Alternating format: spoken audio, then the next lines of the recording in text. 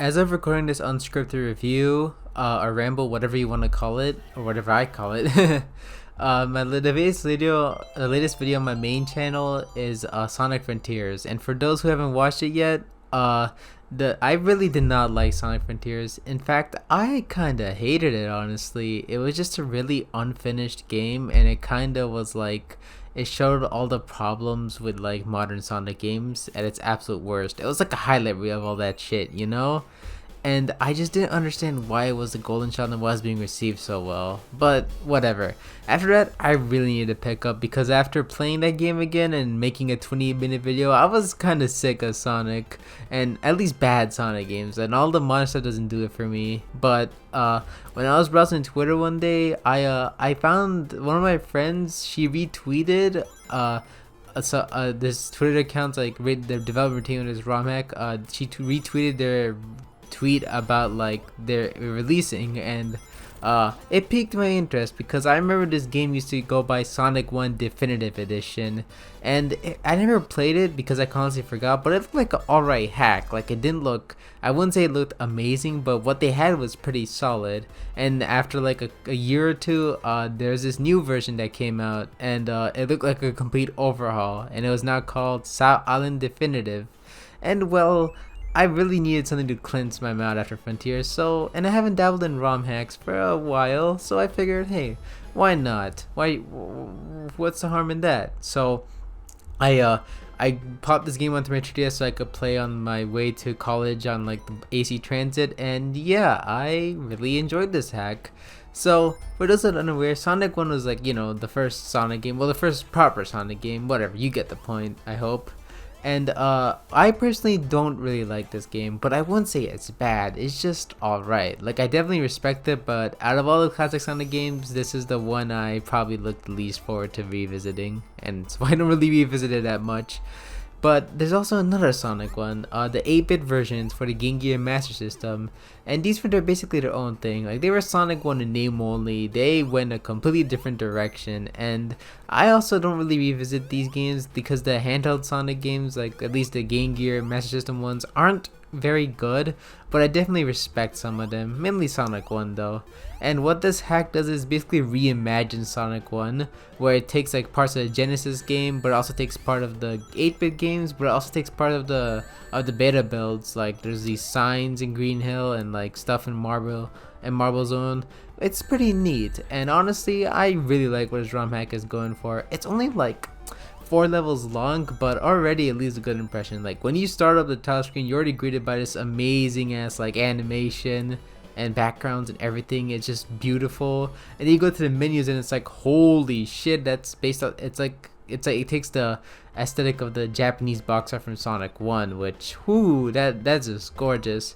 And it's a really good sign when I go into options, I can adjust the game to my liking. Like, I can make the camera more dynamic like in Sonic CD. I can even disable the time limits, all that stuff. It's great. And another thing I really like about this hack is that since there's 4 levels, they just give you the option to pick any level you want from the get-go, which is, I'm really grateful, so I don't have to replay the same same 2 levels just to get to the bridge zone or something. And speaking of, the levels here are actually pretty good too, for the most part. The first part, the Green Hill, is the familiar first stage, but I already like how like it's like already saying like it looks much more vibrant. And I think the music plays a huge factor in this too, because how do I explain this? It starts off like familiar, but there's little bits and pieces added to it that make it like its own new thing, and it's like it feels familiar, but it also feels a bit new. And I like how they made tweaks to this level where there's like little springs near the spikes so you don't fall to your certain doom. That's a really nice change, honestly. I really like that. But then you are greeted by the mini boss, and it plays like this really good remix of like the Game Gear boss team. And then when you beat the mini boss, you immediately, like after hitting the sign, you're immediately greeted to like this brand new like version of Green Hill Zone, and it plays this new remix, which is like, it's still Green Hill, but it's like this brand new take on it, and I really dig it. It was such like, it was like, holy shit. Like, I love when games do that shit. Like, it takes a familiar level and it just makes a new take on it on this halfway through or something like that. And but my minor complaint here, or a complaint in general, is I didn't really like the boss in the second act. Like, how do I explain this? I know you're supposed to like roll and then like use the momentum to like hit the boss in the second phase, which I like how like in the first phase is a familiar first boss, and then the second phase he just throws a wrecking ball and it's an entirely new phase. But I could never really get the roll to work and like able to like bonk him on time. I'd always just die or something. But I'm probably doing something wrong here, because seeing footage from other people definitely shows that maybe I just suck at video games. But it's just a minor complaint in all the grand scheme of things. That maybe I just suck. And then after that, you agreed to my favorite zone, Bread Zone, which is basically from the 8-bit Sonic games, but again, it's entirely reworked and reimagined here.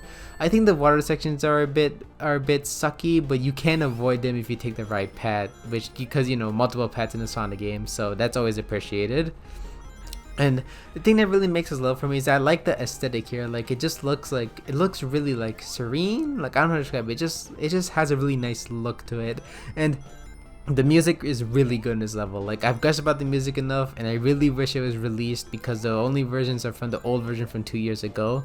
But it's a great listen, and sometimes I just leave this game running so I could just listen to the Bridge Zone music while I'm editing or something. It's really good stuff. And it's just, the boss here is also another 8-bit Sonic 1 boss. And again, I have no complaints for this boss. I thought it was pretty cool. Even though I suck at this game, I don't think it's a bad boss, if anything. Whew, and the remix is always nice to listen to. But then you've got Marble Zone, and well, this is where the problem kind of shows for me for this hack, but it's not a killer or a deal breaker. Well, there is already a problem with this hack, I forgot to mention, but in Green Hill Act 2, there's already kind of frame rate drops in certain parts of Green Hill Act 2, which I think they're working on fixing on, but as of recording this, it hasn't really been fixed yet. And in Marble Zone, I kind of ran into a few things. Like, already, I didn't like Marble Zone the original because it felt a tad bit too slow and waiting around for me, and that hasn't really changed here. Again, I like the music, how it starts off all familiar, but then they add the drums to the overall song, and it just really gives it this cool vibe I dig. But this zone didn't really do it for me, and because I just kept on like, I don't know, it's the same problem with the original zone. I'm not sure if the level design was tweaked or not, but it didn't really hook me as much. It was probably my least favorite part of this game. And I kind of ran into some issues here, especially like this segment where I was trying to stand on the platform and I kept on clipping through or something. I'm not sure if that was like in the original too, but since I haven't played that in like years, but it was kind of annoying. But after that, it's pretty much it for the hack. I mean, you get this next screen saying, see you in early 2024, which, that's not that too long from now, so I'm really looking forward to seeing more. But yeah, after Sonic Frontiers, this definitely was a nice change of pace. Honestly, probably one of my favorite ROM hacks, even though I haven't really played a lot of ROM hacks since years ago. I'm honestly really digging this one, and I can't wait to see where it goes. If the team is watching this by some miracle or some chance, props to you guys. Keep up the hard work, and please release the updated soundtrack on YouTube. I want to listen to this and use it in my videos. But other than that, thanks for your hard work, and can't wait to see more.